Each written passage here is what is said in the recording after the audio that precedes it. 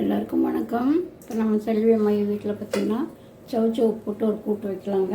பாசிப்பருப்பு கடலைப்பருப்பு போட்டு பார்த்திங்கன்னா நான் சரி சமமாக பாசிப்பருப்பு கடலைப்பருப்பு வந்து நம்ம கழுவி வச்சுருக்கேன். இப்போ வந்து அதில் பார்த்திங்கன்னா நான் ஒரு 3 சவுச்சவ் சின்னதாக வெட்டி வச்சுருக்கேன் பாருங்கள். இப்போ இந்த மாதிரி வெட்டி வச்சுருக்கேன். இதை போட்டுக்கலாம். மேலே தோலை சீவிட்டு வெட்டி வச்சுக்கலாங்க. ஒரு தக்காளி,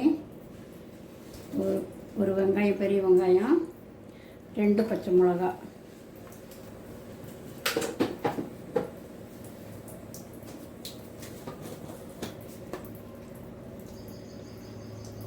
கொஞ்சம் மஞ்சத்தூள், ஒரு 1/2 ஸ்பூன் மஞ்சத்தூள் போட்டேன்.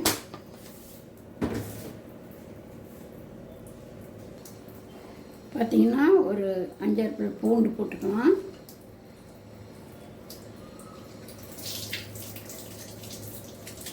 பருப்பு பார்த்திங்கன்னா அலசி வச்சுருக்கேன். கடலைப்பருப்பும் பாசிப்பருப்பும் அதை போட்டுக்கலாம்.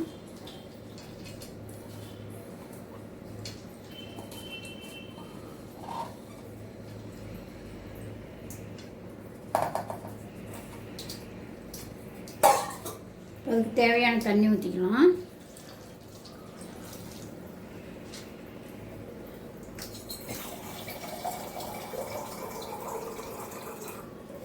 பாருங்கள், பருப்பு முழுகிற அளவுக்கு ஊற்றினா போதும். இந்த அளவுக்கு ஊற்றினா போதும். மூடி போட்டு வச்சு போட்டுக்கலாம்.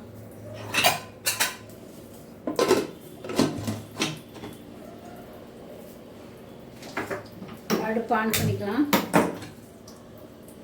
ஒரு 3 விசில் விட்டு இறக்கலாம். இப்போ பார்த்திங்கன்னா நம்ம ஒரு மிக்சர் எடுத்துக்கலாம்.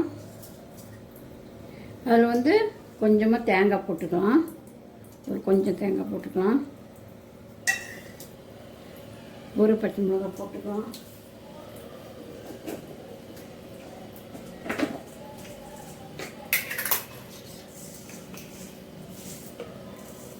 ஒரு 1/2 ஸ்பூன் ஜீரகம் போட்டுக்கலாம். இது நல்லா நைஸாக அரைச்சி எடுத்துகிட்டு வந்துடலாம். பாருங்கள், வெந்துருச்சு. எடுத்து பார்க்கலாம்.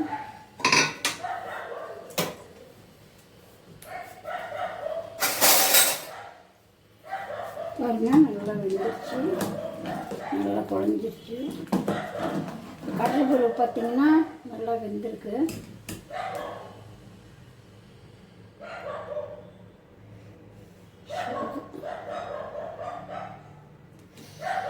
வாய்க்கு கடிக்கிற அளவுக்கு இருக்குது.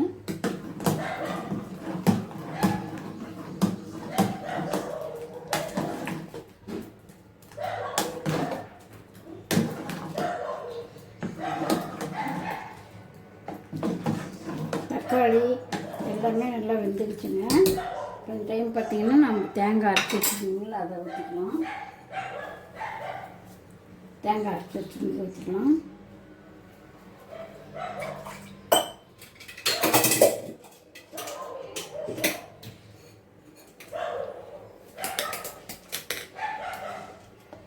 கொஞ்சம் மிக்ஸிக்குள்ள தண்ணி ஊற்றிக்கலாம். தேவையான உப்பு போட்டுக்கலாம்.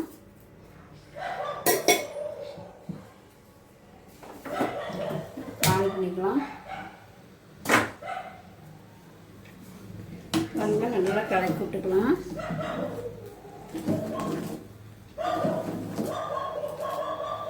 இதில் பார்த்திங்கன்னா பச்சை மிளகா நம்ம போட்டோம் இல்லைங்களா, அதுதான் காரமே. அது பார்த்து போட்டுக்கோங்க. உங்களுக்கு தேவையான அளவுக்கு எப்படி காரம்னு பார்த்து போட்டுக்கோங்க. நான் 3 மிளகா போட்டிருக்கிறேன். உங்களுக்கு எவ்வளோ தேவையோ அது போட்டுக்கோங்க. மற்றபடி பொடியெல்லாம் எதுவுமே இல்லை. பச்சை மிளகா மட்டும்தான் காரத்துக்கு. கொஞ்சம் நேரம் கொதிக்கிட்டோம். சும்மா ஒரு 2 நிமிஷம் கொதிச்சா போதும். உங்களுக்கு வந்து இப்போ வந்து சாதத்துக்கு ஊற்றிக்கிற மாதிரி தண்ணி எவ்வளோ தேவையோ அவ்வளோ ஊற்றிக்கோங்க.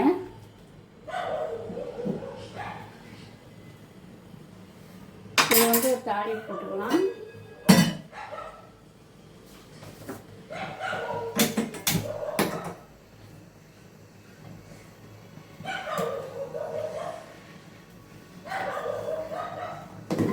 பார்த்துக்கலாம்.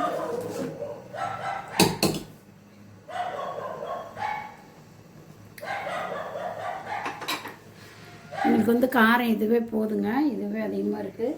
நீங்கள் உங்களுக்கு தேவையான காரம் எப்படின்னு பார்த்து போட்டுக்கோங்க. உப்பு எல்லாமே கரெக்டாக இருக்குது.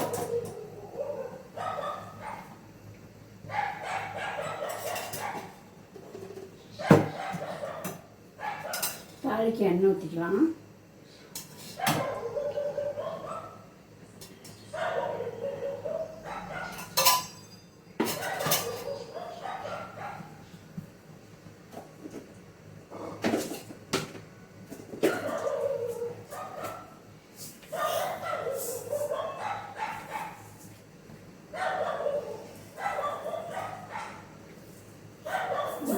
போட்டுக்கலாம்.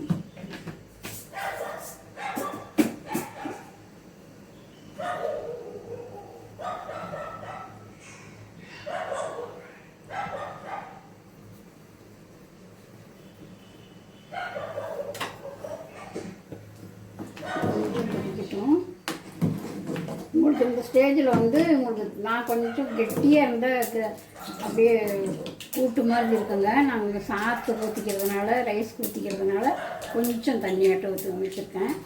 உங்களுக்கு எப்படி தேவையோ அப்படி ஊற்றிக்கோங்க.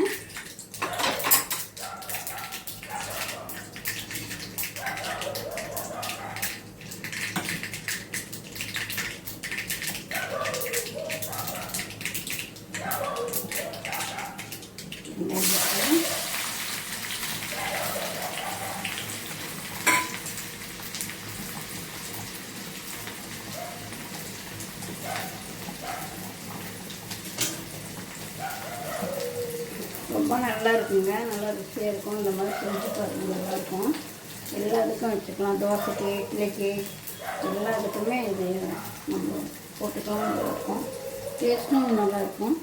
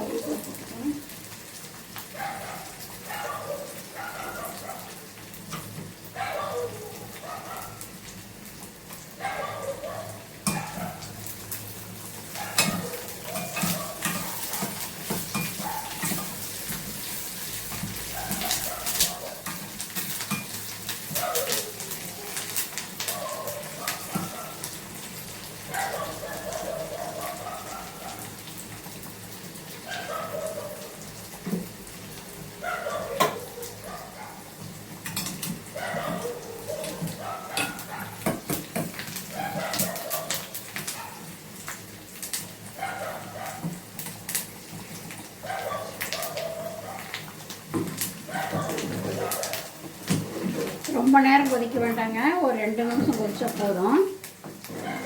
வந்து நம்ம அடுப்பு ஆஃப் பண்ணிக்கலாம்.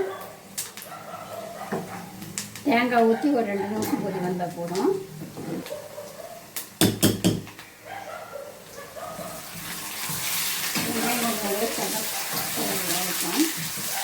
நல்லா வாங்கிட்டோம், அப்போதான் நல்லாயிருக்கும், டேஸ்ட்டு கூடவே இருக்கும்.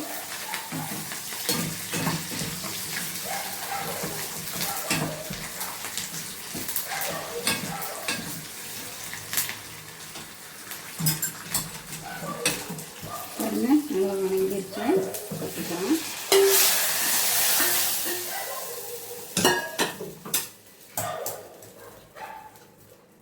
கொஞ்சம் கொத்தமல்லி வைக்கலாம்.